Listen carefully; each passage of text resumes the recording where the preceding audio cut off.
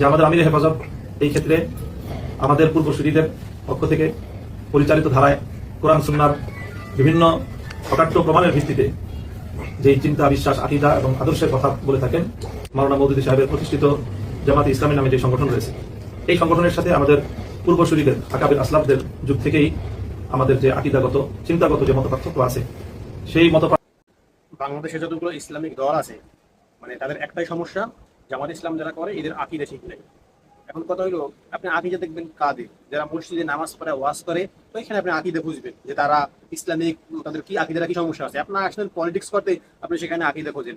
একটা দলও বলে না যে আসলে যে আকীদাতে সমস্যা এটা আসলে কোন জায়গা, কেউ কিন্তু কখনো ক্লিয়ার করে না, শুধু মুখেই বলে চরমোনাই, হেফাজত এবং আহলে সুন্নাত ওয়াল জামাত। তাদের কিন্তু একটাই সমস্যা হলো রাজনৈতিক সমস্যা, কিন্তু বলে জামাত ইসলামের আকীদা সমস্যা। কি আকীদা সমস্যা কখনো কাউকে ক্লিয়ার করে না, মানে ব্যবসা ভাড়া করে এদের।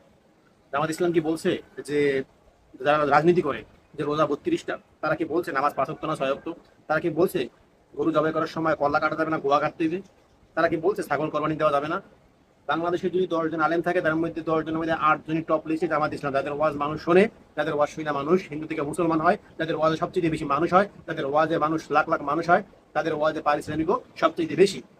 সেটা হোক মিজানুর রহমান আজারি, তারেক মনোয়ার, দেলাওয়ার হোসেন সাইদি, আবুল কালাম আজাদ, আলামিন, এরকম বহুত নামদান আছে যারা বেশিরভাগই জামাত ইসলামের, জামাতের সমর্থক। এদের ব্যবসা ভাটা পড়ে, এই জন্য পাইছে এটা আকীদা সমস্যা।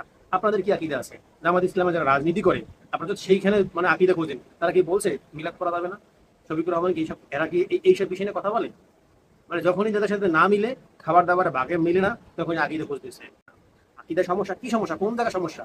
মওদুদের দোহাই দেহাই কোন জায়গায় সমস্যা সেটা দেখার, তারা বলুক, ক্লিয়ার করুক, তাদের সামনে যাদের বলুক যাদের এই সমস্যাটা আছে, আপনারা তাদের সাথে থাকেন না বা তাদের ভোট দিয়েন না, তাদের সমর্থন করেন না। বলছে আজ পর্যন্ত বলে না, শুধু মুখেই বলে আকীদা কত সমস্যা।